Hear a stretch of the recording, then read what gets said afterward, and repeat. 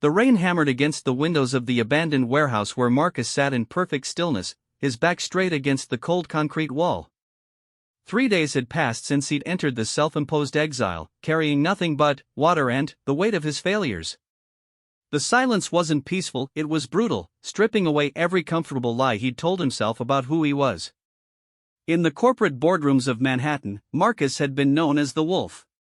He'd built an empire worth 9 figures through calculated aggression and an almost supernatural ability to read people's weaknesses. But 6 months ago, everything had crumbled. Not because of market forces or competitor moves, but because of something far more dangerous, his own unexamined nature. The hostile takeover that destroyed his company hadn't come from enemies, it had come from his closest allies, people who'd observed his patterns, his needs, his desperate hunger for validation. They'd fed him exactly what his ego craved while quietly dismantling everything he'd built. The most sophisticated predator in the financial jungle had been devoured by his own pack because he'd never learned the most fundamental skill: how to be alone with himself without needing anything from the outside world. Now, in this stripped-down space, Marcus was conducting an experiment that would either forge him into something unbreakable or destroy what remained of his sanity. He was learning what the ancient Stoics, the warrior monks, and the most successful hermits throughout history had discovered, that solitude isn't the absence of others, but the presence of an unconquerable self. The first lesson of dangerous solitude reveals itself in the crushing silence of complete isolation. When stripped of all external validation, entertainment, and distraction, most people discover they're living with a stranger themselves. This stranger is often weak, needy, and terrified of being alone with their own thoughts. But, for those who survive this initial confrontation, something extraordinary begins to emerge. Marcus remembered the first hour clearly. The withdrawal had been physical, his hands shaking as his nervous system screamed for the constant stimulation of phones, meetings, conversations, anything to avoid the vacuum of his own company. He'd nearly broken a dozen times that first day, reaching for his phone to call someone, anyone, before remembering he'd deliberately left it in his car. By the second day, the real work had begun. Without external inputs to define him, Marcus started encountering the raw material of his psyche. Every insecurity he'd buried under achievements surfaced like bodies in a flood. The childhood fear of abandonment that drove his need to dominate every room. The deep shame that made him collect victories like talismans against his own inadequacy. The profound loneliness that he tried to cure by surrounding himself with employees, lovers, and admirers who could never actually touch the core of who he was. This is where most people flee back to the comfort of distraction. They convince themselves that connection with others is always noble, that isolation is selfish or unhealthy. But they're missing the crucial distinction. There's a difference between isolation born of fear and solitude chosen from strength. The weak seek isolation to hide from the world. The strong seek solitude to become unshakable within it. In the tradition of the ancient hermits, Marcus was practicing what philosophers called negative capability, the ability to remain in uncertainty and doubt without irritably reaching after fact and reason. He wasn't trying to solve his problems or plan his comeback.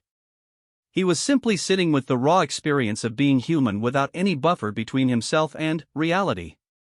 The warehouse became his monastery, and, like the desert fathers who'd retreated from society to forge unbreakable spirits, Marcus began to understand why solitude had been considered the most dangerous spiritual practice. It was dangerous because it worked. Each hour of voluntary discomfort was burning away the parts of himself that could be manipulated, threatened, or broken by others. On the second night, as Marcus sat in the darkness listening to his own breathing, a memory surfaced from his childhood. He was 8 years old, hiding in the basement during another of his parents' screaming matches. Even then, he'd understood that survival meant making himself indispensable to others, reading their moods, anticipating their needs, becoming whatever version of himself would keep him safe. That frightened child had built an empire, but he'd never stopped being frightened.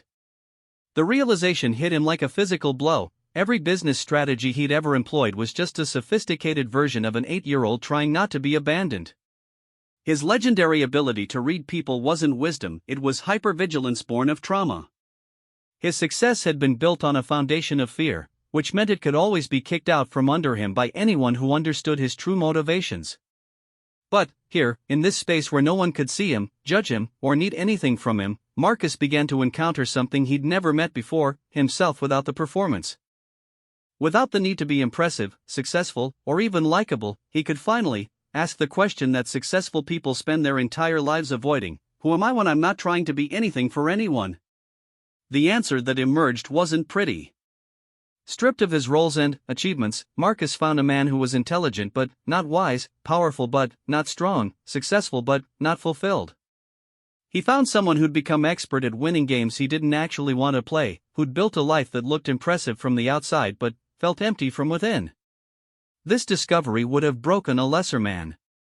But Marcus was beginning to understand that breakdown and breakthrough were often the same process viewed from different angles. The parts of himself that were crumbling weren't his true foundation, they were the false structures he'd built to protect himself from ever having to be truly independent.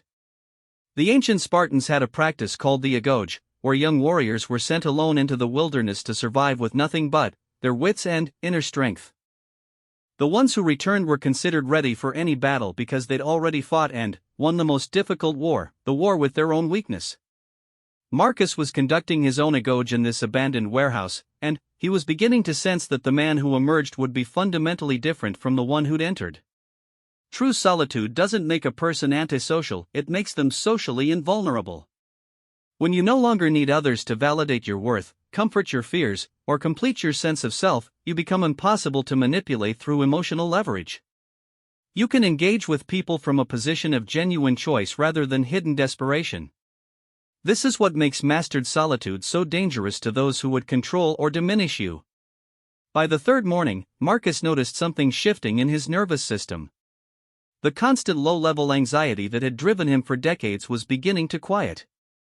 In its place, something steadier was emerging, not the brittle confidence of ego, but the unshakable certainty of someone who'd met themselves completely and survived the encounter.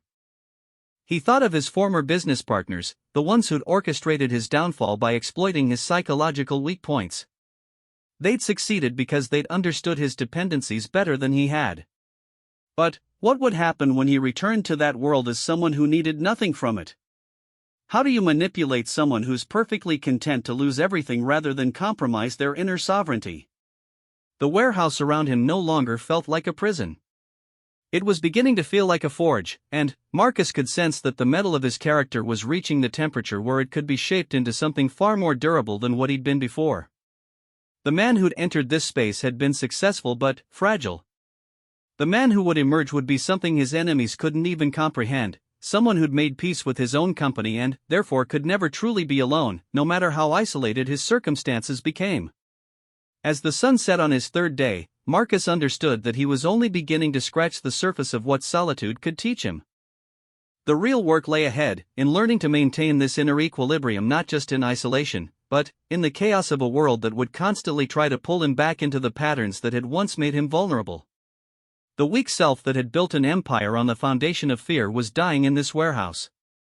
What was being born in its place was something far more dangerous, a man who could lose everything and remain unbroken, who could be alone without being lonely, who could engage with the world from a place of abundance rather than scarcity. This was the first lesson of mastering solitude. Before you can become invulnerable to others, you must become comfortable with the one person you can never escape, yourself. The journey from weakness to unshakable strength begins not in confronting your enemies, but in making peace with your own company. Only when you no longer fear your own thoughts, feelings, and impulses can you enter the world as someone who cannot be broken by external circumstances. The rain continued to fall against the warehouse windows, but Marcus no longer heard it as the sound of isolation. He heard it as the rhythm of transformation, washing away everything he'd been to reveal what he was becoming, a man who could stand alone and, therefore, could never truly fall. The fourth day brought a different quality of silence. Marcus no longer fought against the emptiness, he'd begun to inhabit it like a natural environment. The warehouse walls that had once felt like a prison now seemed like the boundaries of a laboratory where he was conducting the most important experiment of his life, discovering what remained when everything unnecessary was stripped away. He'd been thinking about Elena, his former business partner and ex-lover, who'd delivered the final blow to his empire. She'd known exactly which emotional buttons to push, exactly how to make him react instead of respond. Her betrayal had been so perfectly calibrated to his psychological weak points that he'd walked into it like a sleepwalker following a familiar dream. But, as he sat in the growing darkness, Marcus realized that Elena hadn't been his enemy, she'd been his teacher, showing him the precise dimensions of his own fragility. The most sophisticated warriors throughout history had understood a principle that modern success culture completely misses: your greatest strength comes not from your ability to acquire and protect, but from your ability to lose everything and remain essentially unchanged. The samurai called this dying before death. The Stoics called it practicing poverty. Marcus was beginning to understand why these practices had been considered the pinnacle of human development. In his former life, Marcus had built elaborate systems of security around every aspect of his existence. Insurance policies, backup plans, diversified portfolios, carefully maintained relationships, all designed to ensure that he never had to face genuine uncertainty or loss. But these safety nets had become psychological crutches, and any system that depends on external circumstances for its stability can be destroyed by changes in those circumstances. Now, sitting with nothing but the clothes he wore and the water he'd brought, Marcus was learning to find security in a completely different place, in his capacity to adapt, endure, and maintain his center regardless of what the external world did or didn't provide. This wasn't positive thinking or mental toughness, it was something far more radical. It was the discovery that the self, when properly understood, isn't a thing that can be damaged or destroyed because it isn't fundamentally dependent on anything outside itself for its essential nature. The fifth day brought the first real test of this emerging understanding. Marcus woke to find that one of the warehouse windows had blown open during the night, and his carefully maintained space was now flooded with cold air and the sounds of the city beyond. His immediate impulse was frustration, then the familiar urge to control and fix the situation. But instead of acting on these impulses, he simply observed them arising and passing away like clouds across an empty sky. He let the window remain open. The cold was uncomfortable, the city sounds were distracting, but neither changed anything essential about what he was doing here. If his practice could only function under perfect conditions, then it wasn't real strength, it was just another form of dependency. True mastery had to be tested against chaos, discomfort, and the unexpected. This is where most people misunderstand the nature of inner strength. They imagine it as a kind of armor that protects them from difficulty. But real strength isn't protection from hardship, it's the capacity to remain centered within hardship. The difference is crucial, because armor can be pierced or removed, but the ability to find stability within instability becomes more powerful the more it's challenged. As Marcus sat in the cold wind, watching his breath form clouds in the air, he began to understand why solitude had been considered dangerous by every society that had discovered it. A person who'd learned to be comfortable with discomfort, who could find peace within chaos, who needed nothing from the external world to maintain their essential equilibrium, such a person couldn't be controlled through the normal methods of reward and punishment that keep most people in line. The memory of his father surfaced unbidden. The old man had spent his entire life chasing promotions at a job he hated, staying late to impress bosses who barely knew his name, sacrificing his health, his relationships, and his peace of mind for the security of a steady paycheck and the approval of people whose opinions ultimately meant nothing. He died at his desk at 62, having never learned that the security he'd spent his life pursuing was an illusion, and that real safety could only come from within. Marcus had sworn he'd be different, but he'd simply chosen a more sophisticated version of the same trap. Instead of seeking approval from a boss, he'd sought it from the market, from competitors, from a culture that measured worth in dollars and power. He'd been just as enslaved as his father, just as dependent on external validation, just as terrified of being alone with the question of who he really was beneath all the achievements and accumulations. The wind continued to blow through the open window, and Marcus found himself grateful for its harsh reminder that comfort was not the goal of this exercise. Comfort was what he'd been seeking his entire life, and it had made him weak. Every luxury, every convenience, every effort to insulate himself from difficulty had been a step away from the kind of strength that couldn't be taken away by changing circumstances. On the sixth morning, Marcus experienced what the mystics call the dark night of the soul, a period of profound emptiness that precedes genuine breakthrough. All the familiar landmarks of his identity had been stripped away, but nothing had yet emerged to replace them. He wasn't the successful businessman he'd once been, but he wasn't yet whatever he was becoming. He existed in a liminal space that was both terrifying and pregnant with possibility. This is the point where most people turn back. The emptiness feels too vast, too uncertain, too removed from the solid ground of conventional identity. But Marcus had come too far to retreat into his old patterns. He'd seen too clearly how those patterns had made him vulnerable, how his entire life had been built on foundations that could be shaken by anyone who understood his psychological dependencies. Instead of fleeing the emptiness, he began to explore it. What he found wasn't the void he'd feared, but something more like space, not empty space, but the kind of open awareness that could contain any experience without being changed by it. This wasn't a philosophical concept or a meditation technique, it was a direct encounter with the part of himself that existed prior to all his stories, strategies, and self-concepts. The discovery was both humbling and liberating. Humbling because it revealed how much of what he'd considered himself was actually just conditioned responses, borrowed ideas, and reactive patterns. Liberating because it showed him that his essential nature wasn't vulnerable to the kinds of attacks that had destroyed his business empire. You can't manipulate someone's emptiness. You can't threaten someone's spaciousness. You can't destroy someone's capacity for awareness. That evening, as Marcus sat in the gathering darkness, he understood that he was witnessing the death of his weak self, not metaphorically, but as an actual psychological event. The parts of his personality that needed external validation, that feared being alone, that constantly sought to control and manipulate circumstances to ensure their survival, were being starved of the energy that had kept them alive. This wasn't a comfortable process. The weak self doesn't die quietly, it fights back with every tool at its disposal. Waves of anxiety, depression, doubt, and fear washed through Marcus's consciousness as his old identity structure felt itself dissolving.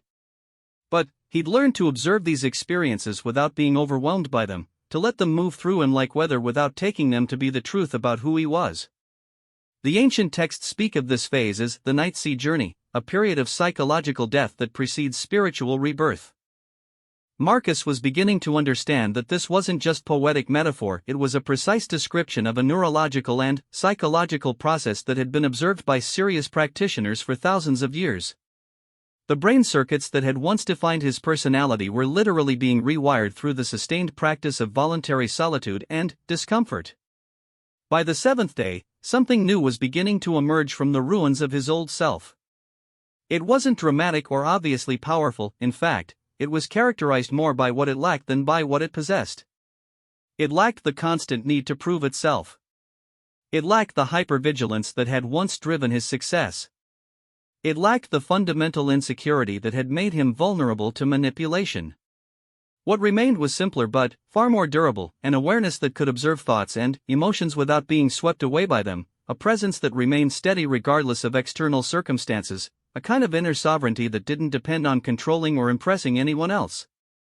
Marcus realized that this was what the ancient warriors had been after when they spoke of becoming invincible. They didn't mean that they couldn't be harmed or killed, they meant that they couldn't be broken, because they'd found something within themselves that existed beyond the reach of external circumstances. They discovered the part of themselves that couldn't be threatened, manipulated, or destroyed because it wasn't dependent on anything outside itself for its existence. The weak self that had built an empire through fear, manipulation, and the desperate need for security was gone. In its place was something that his former enemies couldn't even comprehend, a man who'd learned to find strength in vulnerability, security in uncertainty, and power in the willingness to have nothing rather than compromise his essential nature. As night fell on his seventh day in the warehouse, Marcus understood that he was ready for the final phase of his transformation. He'd killed the weak self that could be destroyed by others. Now he needed to learn how to carry this new understanding back into the world without losing it to the gravitational pull of old patterns and familiar dependencies. The real test wasn't surviving solitude, it was maintaining inner sovereignty while engaging with a world designed to undermine it. The eighth morning brought a quality of stillness that Marcus had never experienced before. Not the brittle quiet of suppressed anxiety, but the profound peace of someone who'd found the eye of every storm that could ever touch him. He sat in the gray dawnlight streaming through the warehouse windows and realized that something fundamental had shifted in the architecture of his consciousness. The transformation wasn't dramatic or mystical, it was more like the difference between a house built on sand and one built on bedrock. From the outside, they might look identical, but their capacity to withstand earthquake was completely different. Marcus had rebuilt himself on foundations that couldn't be shaken because they didn't depend on anything external for their stability. He thought about returning to the world, and, for the first time in 8 days, the prospect didn't trigger any anxiety or excitement. The marketplace that had once felt like a battlefield now seemed more like a game interesting to play, but not something to be taken too seriously. His former enemies, the people who'd destroyed his empire by exploiting his psychological weak points, were still out there. But they were armed with weapons designed to hurt a man who no longer existed. This is what the ancient texts meant when they spoke of becoming undefeatable. It wasn't about winning every conflict or avoiding every loss, it was about reaching a state where winning and losing became equally acceptable outcomes because neither could touch what was essentially you.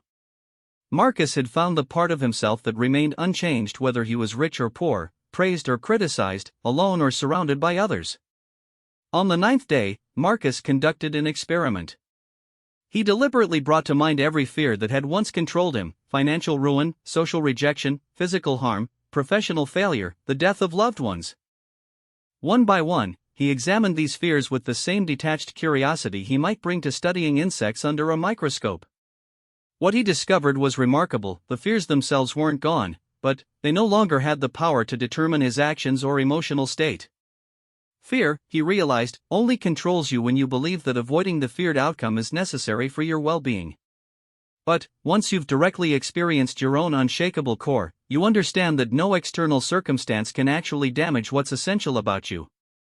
You might lose your money, your reputation, your relationships, even your life, but the awareness that observes all these experiences remains untouched by any of them. This wasn't nihilism or detachment, it was the most practical form of courage imaginable. When you're not desperately trying to protect a fragile self-image, you can respond to situations based on what's actually optimal rather than what feels emotionally safe.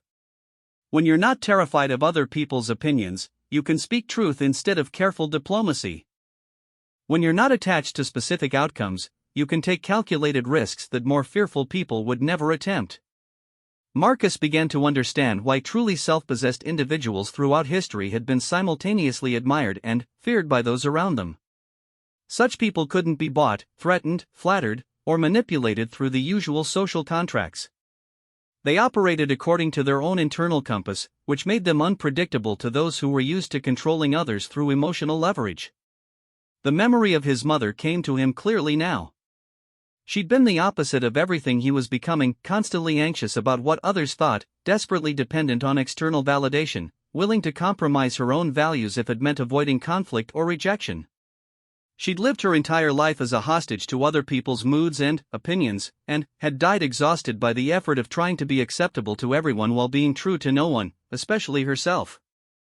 Marcus had inherited her fearful approach to the world, but had hidden it beneath a veneer of aggressive success. He'd become very skilled at getting what he wanted, but he'd never stopped to question whether what he wanted was actually worth having. He'd built an empire, but it had been built in service of the same frightened child who just wanted to be loved and accepted and never abandoned again. That child was finally being allowed to rest. Not because his needs had been met, but because Marcus had discovered something more reliable than getting his needs met: the capacity to be okay regardless of whether they were met or not. This wasn't cold indifference, it was warm independence, the ability to engage fully with life without clinging to any particular outcome. On the 10th morning, Marcus made a decision that would have been impossible for the man who'd entered the warehouse. He was going to return to the business world, but not to rebuild his empire or seek revenge against those who'd wronged him. He was going back to see what kind of life was possible when you no longer needed anything from it except the opportunity to express your capabilities. The difference between these motivations was crucial. The old Marcus had engaged with business as a way to prove his worth, accumulate security, and dominate others. The new Marcus would engage with it as a form of creative expression, a way to test his skills against interesting challenges without attachment to specific results. He would play the game for the joy of playing it, not because he desperately needed to win. This shift in motivation would make him exponentially more effective, but in a completely different way. Without the desperate edge of someone whose self-worth depended on outcomes, he could take bigger risks, make clearer decisions, and maintain his equilibrium regardless of how any particular venture unfolded. He would be like a master chess player who'd learned to enjoy the game itself more than winning or losing any individual match.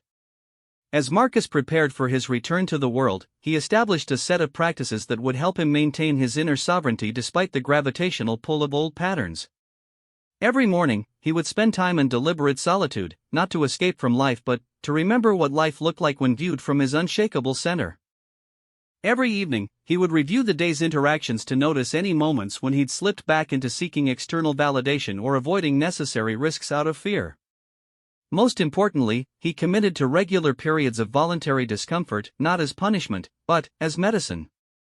Just as physical muscles grow stronger when challenged by resistance, psychological strength required ongoing practice with uncertainty, rejection, and loss. He would deliberately place himself in situations where he might fail, be criticized, or lose something he valued, not because he enjoyed suffering but because he wanted to maintain his capacity to remain centered regardless of circumstances. The warehouse had become a chrysalis, and Marcus could feel that his metamorphosis was complete. The man who would walk out was fundamentally different from the one who'd walked in, but the change was so deep that it might not be immediately visible to others. He looked the same, sounded the same, and possessed the same intellectual capabilities, but the operating system underlying all of these surface features had been completely rewritten. Where there had once been desperate hunger, there was now contentment. Where there had once been fear disguised as aggression, there was now genuine confidence rooted in self-knowledge. Where there had once been the constant need to prove himself worthy of love and respect, there was now the quiet certainty of someone who'd learned to provide these things for himself. On his final night in the warehouse, Marcus reflected on what he'd discovered about the nature of true strength. It wasn't the ability to dominate others or accumulate resources or win competitions, it was the capacity to remain essentially unchanged by changing circumstances. It was psychological sovereignty, the inner freedom that couldn't be granted or taken away by any external authority. This was why mastered solitude was considered so dangerous by those who sought to control others. A person who'd learned to be genuinely content with their own company couldn't be manipulated through loneliness. Someone who'd found peace with uncertainty couldn't be controlled through fear. An individual who no longer needed external validation couldn't be managed through reward and punishment systems. Such a person was free in the truest sense, not because they could do whatever they wanted, but because they were no longer enslaved by their own psychological dependencies. They could engage with the world from a position of choice rather than compulsion, abundance rather than scarcity, strength rather than weakness. As dawn broke on his 11th day, Marcus stood and walked to the warehouse door. He turned back once to look at the space that had served as both tomb and womb for his transformation. It looked like nothing special, just an empty room with concrete walls and dirty windows. But he would carry its essential lesson with him for the rest of his life, that true security could only be found within, that real strength was born from embracing rather than avoiding difficulty, and that the man who destroyed his weak self could never be destroyed by others. He opened the door and stepped into the morning light, not as someone returning from exile, but as someone who'd discovered that he could never truly be exiled because he carried his home within himself. The world beyond might see the same Marcus who'd left 11 days ago, but they would be encountering something entirely new, a man who needed nothing from them except the opportunity to express what he'd become. The weak self was dead. What walked forward into the day was something far more dangerous to those who trafficked in fear, manipulation, and control, a human being who'd mastered the art of being alone and, therefore, could never be broken by the opinion, actions, or absence of others. He had become undefeatable not through armor or weapons, but through the simple recognition that what was essential about him existed beyond the reach of any external force. This was the ultimate dark lesson of solitude mastery. The man who can sit alone with himself without discomfort possesses a strength that no external enemy can touch, because he's already conquered the only opponent who could truly defeat him, his own weakness, need, and fear. In learning to be comfortable with nothing, he had gained everything that truly mattered: unshakable inner sovereignty and the capacity to engage with life from a position of authentic power rather than desperate compensation. Marcus walked into his new life carrying the most dangerous weapon of all, the knowledge that he was already complete, already whole, already enough, exactly as he was. This wasn't the end of his journey, it was the beginning of what became possible when a man stopped running from himself and learned to stand alone in the certainty of his own unbreakable core.